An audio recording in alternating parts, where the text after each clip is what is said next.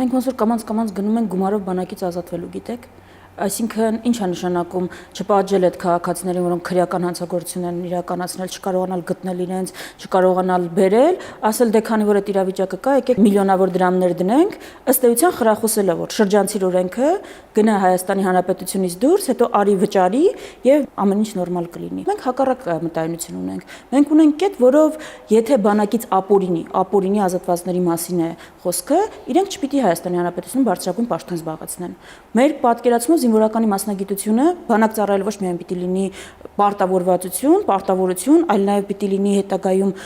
ճանապարհ հարթելու միջոց եւ զինվորական մասնագիտությունը պիտի լինի Հայաստանում ամենագրավիչ մասնագիտություններից մեկը։ Արդյոք սա չի նշանակում, որ Հայաստանը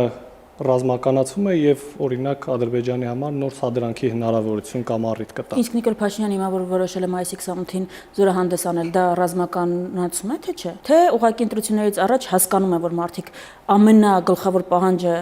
ամեն ինչից անկախ պաշտպանված լինելու հիմնարար բնազդն ու պահանջը։ Չէ՞ ոնց կարող է քեզ պաշտպանել նշանակի, որ դու հարձակվում ես։ Ընդհանրապես Հայաստանի Հանրապետությունը վերջին անգամ երբ է հարձակողական պատերազմ եղել։ Տիգրան Մեծի ժամանակ։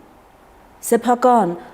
ինքդ քեզ պաշտպանելը, քո բանակը վերազինելը ոնց կարող է նշանակել, որ դու հարձակողական քաղաքականություն ես վարում։ Ոչ, դա չի նշանակում։ Մենք կարծում ենք, որ բանակը պիտի այո վերազինել, ռազմական բյուջեն չպետք է կրճատել, ոնց որ հիմա է տեղի ունենում, բայց դա իհարկե չի նշանակում, որ մենք պիտի պատերազմ հայտարարենք Ադրբեջանին, Թուրքիային կամ որևէ մեկին։ Դա նշանակում է, որ մենք